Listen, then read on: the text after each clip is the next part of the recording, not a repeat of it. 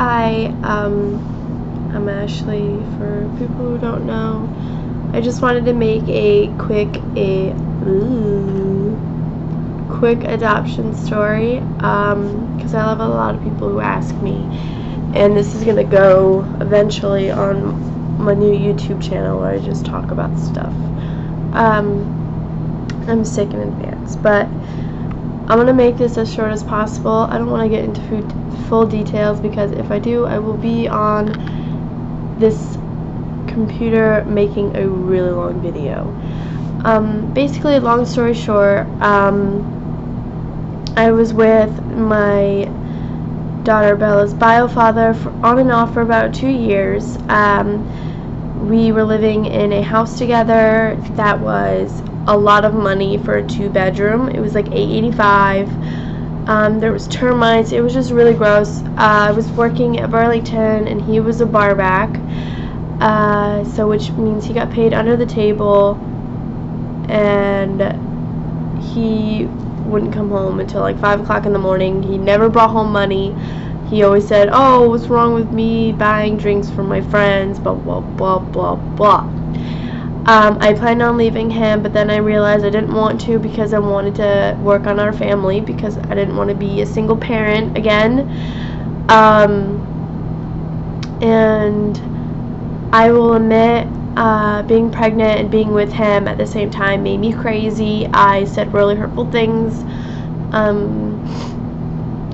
But I also apologized countless of times because it was a two-way, like it happened in 2 different ways. Like, I said hurtful things because he did hurtful things,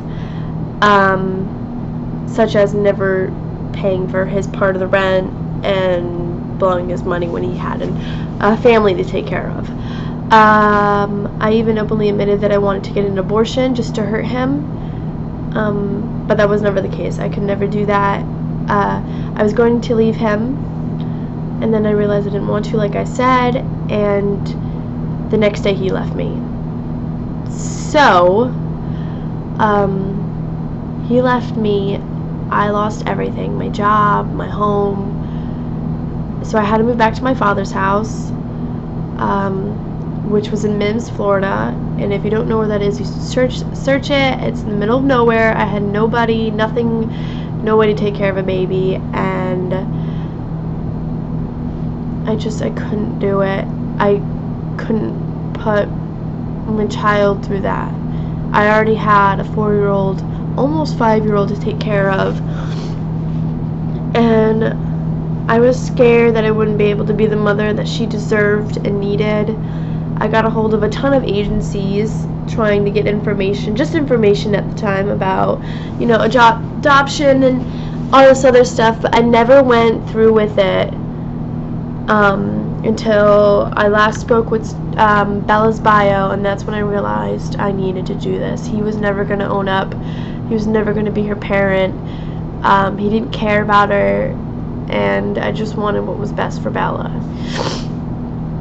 So I finally got a hold of one of the adoption specialists with the agency that I chose, and she sent me a bunch of portfolios of different families that wanted to adopt. I was like, maybe, and then I came across Bella's adoptive parents, and I never looked back. As soon as I saw their portfolio and I spoke to them on the phone for the first time, I was hooked. I knew this is the family I wanted for Bella. And a week later, after speaking to them for the first time, they flew down to visit me, and they took me and Stella out to eat, and they gave us gifts, and they were so sweet. And Bella's mom, she's my best friend. The love that I have for that woman is beyond comprehension.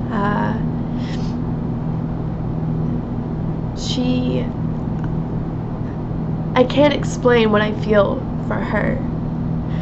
She's a really great woman and a great mom, and her husband is a really great dad, and he's such a sweetheart, and they're just great people. They're so great. And I wanted her to have the closest experience she could have, because she couldn't with her adoptive son. So when I told her that I wanted her to hold the baby for the first time, and I wanted her to cut the cord for the first time, like, she started crying, and I started crying, and I realized she was glowing like she was pregnant, like she was holding Bella in her belly, and I knew this was it. You know, I didn't want to think about anybody else. I told my adoption specialist, this is the people I want. And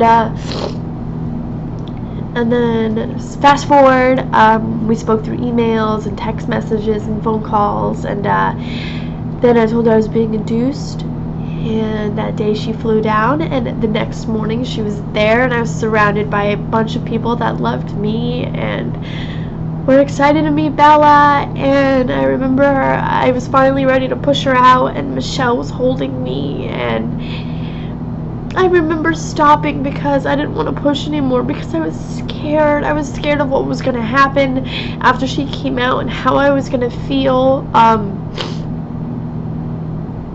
And I remember stopping, and I asked my grandma, and I was like, does she have hair? You know, how much hair does she have? Does she have any? Because Stella had so much hair. And my grandma starts crying. She's like, yes, baby, she's got hair. She has beautiful hair. And I remember she finally came out, and I just screamed. I screamed so loud, and I felt like my world just fell apart in that instant. And then I looked over, and I saw Michelle holding her, and she was crying so hard, and I knew I made the right choice then, because I saw the love that woman had for Bella. And I knew that she was going to be so happy. They both were. The entire family was going to be so happy that their family was complete now. And I got to spend 2 wonderful days with, Bella. I got to feed her. I got to change her. I got to take photos with her. I got to cuddle her, and she had the fuzziest little cheeks. And it was the best and worst 2 days of my life. When I signed over all the paper and my rights and everything, I just remember feeling numb and hurt, and I couldn't believe it was over with, and a part of me regretted what I did, and I wanted to take it back. But after, a couple of days of just crying it out, and I came to accept it, and I couldn't be happier with the choices I made involving the adoption and the family. I get updates here and there, and they are what I look forward to most in my days. I love when she sends me a photo of Bella and seeing how big she's getting and how happy she looks. Whenever I doubt what I did or doubt myself, it's like adoptive mom comes in and randomly, like it's fate, like she will text me or something, and I'm just so grateful for that. And it makes me not feel like such a horrible person for what I did, because my child, their child, is loved beyond words. They are the most compassionate and most amazing parents, and I wouldn't want anything less for her. And there are more days where I smile and less days where I cry.